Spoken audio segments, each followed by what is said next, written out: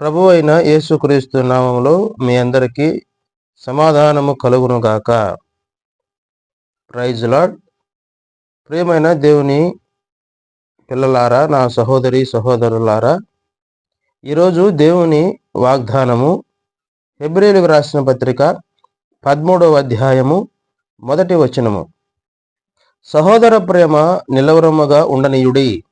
ప్రియమైన దేవుని పిల్లలారా, ఈరోజు దేవుని వాగ్దానములో సహోదర ప్రేమ నిలవరముగా ఉండనీయుడి అని దేవుడు మనకిస్తున్న ఈ వాగ్దానము చాలా అద్భుతమైనది. అలాగనే ఆజ్ఞల్లో రెండవ ఆజ్ఞ, అలాగే సహోదరుల పట్ల మనము ప్రేమ కలిగి ఉండాలని, అలాగనే దేవుని వాక్యములో కీర్తనల గ్రంథము 133వ కీర్తన భాగంలో 1వ వచనములో ఈ విధముగా ఉన్నది: సహోదరులు ఐక్యత కలిగి నివసించుట ఎంత మేలు, ఎంత మనోహరము అని. సహోదరులు కలిసి జీవించాలని దేవుని వాక్యం బోధిస్తుంది. అలా ఉన్నప్పుడు ఎంతో మంచిది, ఎంతో మేలు అని దేవుని వాక్యం మనకు తెలియజేస్తుంది. కాబట్టి సహోదరుల్ని మనము ప్రేమించే వారముగా ఉండాలి. సహోదర ప్రేమ మనలో ఉన్నప్పుడే మనము దేవుని ప్రేమలో నిలిచి ఉంటాము. అందుకని దేవుని వాక్యం ప్రకారముగా మనము సహోదరుని ప్రేమించే వారముగా ఉండాలి. ప్రేమతో ఉన్నప్పుడే మనము దేవుణ్ణి కూడా ప్రేమించే వారముగా ఉంటాం. సహోదరుల పట్ల ప్రేమ కలిగి ఉన్నప్పుడే దేవుణ్ణి ప్రేమించే వారముగా ఉంటాము.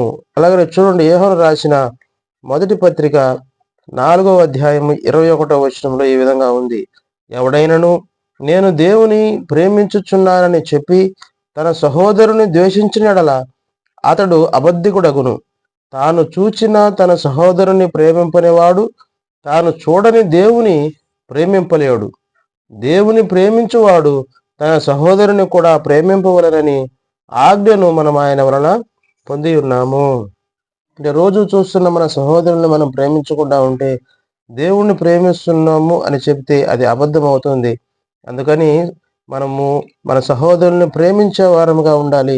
మన సహోదరులు ఇబ్బందుల్లో, ఇరుకుల్లో ఉన్నప్పుడు వారికి సహాయము కూడా చేసేవారముగా మనం ఉండాలి. అలాగనే యేసుక్రీస్తు ప్రభువు మత్తయి సువార్త 5వ అధ్యాయము 21 నుంచి చాలా చక్కని మాటలు ఆయన మనకి సహోదరుల పట్ల ఏ విధంగా ఉండాలో ఆ విషయాలు ఆయన మనకి తెలియజేస్తున్నాడు. నరహత్య చేయవద్దు, నరహత్య చేయువాడు విమర్శకు లోనగనని పూర్వీకులతో చెప్పబడిన మాట మీరు విన్నారు కదా. నేను మీతో చెప్పునదేమనగా, తన సహోదరుని మీద కోపపడు ప్రతివాడు విమర్శకు లోనగును.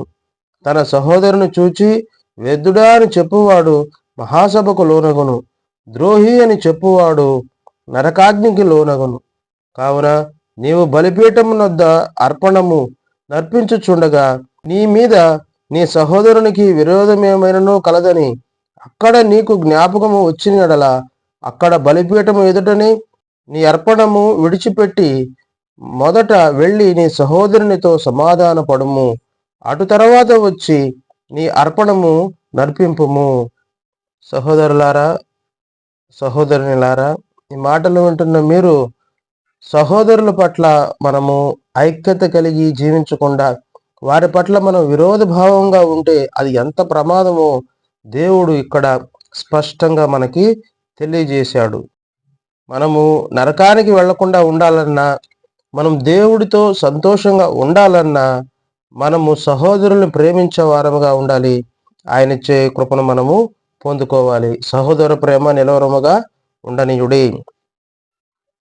మంచిది, ప్రార్థన చేద్దాం. ప్రేమ కలిగిన మా తండ్రి, మహోన్నతుడు అయిన దేవ, పరిశుద్ధుడు అయిన తండ్రి, అయ్యా ఎదుగోనైనా సహోదరుల ప్రేమ నిలవరముగా ఉండనీయుడే నేను ఇచ్చిన వాగ్దానమును బట్టి నీకు స్తోత్రాలు. అలాగనే తండ్రి, మేమందరము నాయన సహోదరులతో ఐక్యత కలిగి జీవించడానికి, అలాగనే అందరినీ నాయన మేము ప్రేమించే కృప మాకు అనుగ్రహించమని, నీ ప్రేమతో మేము ప్రేమించే కృప మా సహోదరుల పట్ల మా పట్ల కలిగించమని, ఈ ప్రార్థనలు ఏకీవిస్తున్న ప్రతి ఒక్కరిని నేను వారి పట్ల కృప చూపించమని యేసు నామములో ప్రార్థిస్తున్నాము తండ్రి. ఆమేన్.